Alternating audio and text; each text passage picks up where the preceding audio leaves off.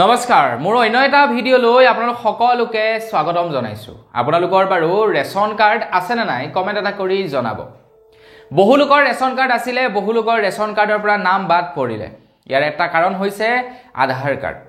চৰকাৰে এনআৰচিৰ সময়ত যিনকি আধাৰ কাৰ্ড বনাবৰ কাৰণে দিছিলে আৰু আধাৰ কাৰ্ড নহা সকলৰ ৰেচন কাৰ্ডৰ পৰা নাম বাদ পৰি ৰৈছিলে বহু লোকৰ কাৰণ তেওঁলোকে ইকেৱাইচি কৰিব পৰা নাছিলে আধাৰ কাৰ্ড নোহোৱাৰ কাৰণে আৰু সেইবাবে বহুতো লোকৰ ৰেচনৰ পৰা নাম বাদ পৰিলে কিন্তু এতিয়া অসম চৰকাৰে আধাৰ কাৰ্ড সমূহ দিয়াৰ ব্যৱস্থা কৰিছে জনসাধাৰণক লাহে লাহে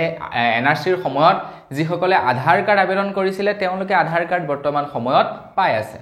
আপোনালোকৰ ঘৰৰ কোনোবায়ো আধাৰ কাৰ্ড এপ্লাই কৰিছিলে নেকি এনআৰচিৰ সময়ত কমেন্ট এটা কৰি জনাব আৰু যদি এপ্লাই কৰিছিলে তেন্তে সেই আধাৰ কাৰ্ড পালে না নাই পোৱা কমেন্ট এটা কৰি জনাব এতিয়া ৰেচন কাৰ্ডৰ ওপৰত এটা নতুনকৈ খবৰ ওলাইছে যে আপোনালোকে এতিয়া ৰেচন কাৰ্ডৰ লগত জড়িত এটা বিশেষ কাম কৰিব লাগিব এটা ডেডলাইন বান্ধি দিছে 2025 চনৰ 1 জানুৱাৰী যদি আপোনালোকে 2025 চনৰ 1 জানুৱাৰীৰ আগত আপোনালোকৰ ৰেচন কাৰ্ডখনৰ লগত জড়িত এটা বিশেষ কাম নকৰে তেন্তে আপোনালোকৰ ৰেচন কাৰ্ডৰ বন্ধ হৈ যাব পাৰে বা আপোনালোকে ৰেচন নাপাব পাৰে বুলি জনাইছে গতিকে কি কাম নকৰিব লাগিব আপোনালোকে 1 জানুৱাৰী 2025 চনৰ পূৰ্বে মই আজি আপোনালোকক তাৰ ওপৰতে জনাম ভিডিঅটো প্ৰথমৰ পৰা শেষলৈকে চাই থাকিব মই শ্ৰী বান্ধত গৈ আপোনালোকে চাই আছে আপোন শৰ্টস আহক আৰম্ভ কৰো আজিৰ ভিডিঅ আজি ভিডিঅটো আগফালে আগবঢ়াৰ আগতে লাইক এটা কৰিবলৈ নাপাহৰিব আৰু চেনেলটো যদি তেলকে সাবস্ক্ৰাইব কৰা নাই তেন্তে চেনেলটো সাবস্ক্ৰাইব কৰি ল'ব এনেকুৱা ধৰণৰ খবৰবিলাক নিতৌ এইটো চেনেলত পাই থাকিবৰ কাৰণে তো বন্ধু-বান্ধৱীসকল বৰ্তমান সময়ত আমাৰ অসমৰ বহুতো লৰা ছোৱালী বেংগলোৰ হায়দৰাবাদ এনেকুৱা জায়গাত গৈ থাকেগে তেওঁলোকে কৰ্মসূত্ৰে আৰু যিসকল লোকে বাহিৰত থাকে তেওঁলোকৰ ঘৰত নিশ্চয় ৰেচন কাৰ্ড আছে তেওঁলোকৰ ঘৰৰ মানুহে তেওঁলোকৰ নামত বৰ্তমান সময়ত ৰেচন লৈ আছে বহুতো এনেকুৱা লৰা আছে যিবিলাকে 6 বছৰ 7 বছৰ ধৰি এতিয়াও ঘৰলৈ ঘূৰি অহা নাই তেওঁলোকে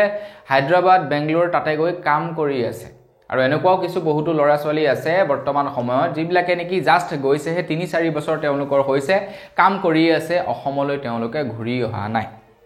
এতিয়া এটা বিশেষ নিৰ্দেশনা জাৰি কৰা হৈছে এতিয়া আপোনালোকে 1 জানুৱাৰী 2025 চনৰ পূৰ্বে আপোনালোকৰ ইকেৱাইচি কৰিব লাগিব ৰেচন কাৰ্ডৰ ঘৰৰ যিমান কেইজন সদস্যৰ নাম ৰেচন কাৰ্ডত আছে প্ৰত্যেকই ফিংগাৰ দিব লাগিব আৰু আধাৰ কাৰ্ডৰ সৈতে ৰেচন কাৰ্ডখন লিংক কৰিব লাগিব বুলি জনাইছে যাতে আপোনালোকৰ ৰেচন কাৰ্ডখনত যি কেইজন মানুহৰ নাম আছে তেওঁলোক যে জীৱিত আছে তাৰ যাতে প্ৰমাণ দিব পাৰে তো তাৰ কাৰণে আধাৰ কাৰ্ডৰ সৈতে ৰেচন কাৰ্ড লিংক কৰাটো বাধ্যতামূলক কৰিছে 1 জানুৱাৰী 2025 ৰ পূৰ্বে গতিকে আপোনালোকৰ ঘৰৰ যদি কোনোবা মানুহ বাহিৰত থাকে যিসকল লোকে নেকি ঘৰলৈ আহিব নোৱাৰে যিসকলে নেকি 3-4 বছৰ হৈ গল বাহিৰতে কাম কৰি আছে তেওঁলোকৰ কাৰণেও এটা ভাল খবৰ ঘোষণা কৰিছে তেওঁলোকে ৰেচন কাৰ্ডৰ ইকেৱাইচি কৰিবৰ কাৰণে ঘৰলৈ অহাৰ দৰকাৰ নাই তেওঁলোকে য'ত আছে তাৰ পৰাই তেওঁলোকে ইকেৱাইচি কৰিব পাৰিব তেওঁলোকে য'ত আছে তাৰ ওচৰৰ যিকোনো এটা কন্ট্ৰলৰ দোকানীৰ ওচৰত যাবলৈ কক আৰু আধাৰ কাৰ্ড আৰু ৰেচন কাৰ্ডৰ কপি এটা তেখেতক দি দিয়ক আৰু তাতে গৈ তেখেতে ইকেৱাইচি কৰিব পাৰিব বুলি জনাইছে মানে চৰকাৰে সবৰে ধ্যান ৰাখিছে যে তুমি বাহিৰত কাম কৰি আছা তো ৰেচন কাৰ্ডৰ ইকেৱাইচি কৰিবৰ কাৰণে তুমি ঘৰলৈ যাব নালাগে তুমি য'তে আছে তাতে তাৰ পৰাই তুমি ইকেৱাইচি কৰা মুঠৰ ওপৰত 1 জানুৱাৰী 2025 ৰ পূৰ্বে আপোনালোকে ইকেৱাইচি কমপ্লিট কৰিব লাগিব সেইটো কিন্তু মনত ৰাখিব আপোনালোকৰ ঘৰত যদি কোনোবা বাহিৰত আছে তেওঁলোকক জনাই দিয়ক 1 জানুৱাৰী 2025 ৰ পূৰ্বে ইকেৱাইচি কৰাটো বাধ্যতামূলক কিন্তু আপোনালোকে ইকেৱাইচি কৰিলে নাই কৰা সেইটো কমেন্ট এটা কৰি জনাব আজি ভিডিঅ'টি মানে পুনৰ এটা ভিডিঅ'ত সকলোকে লগ পোৱাৰ খাইলৈ বিদায় মাগিছো ধন্যবাদ জয়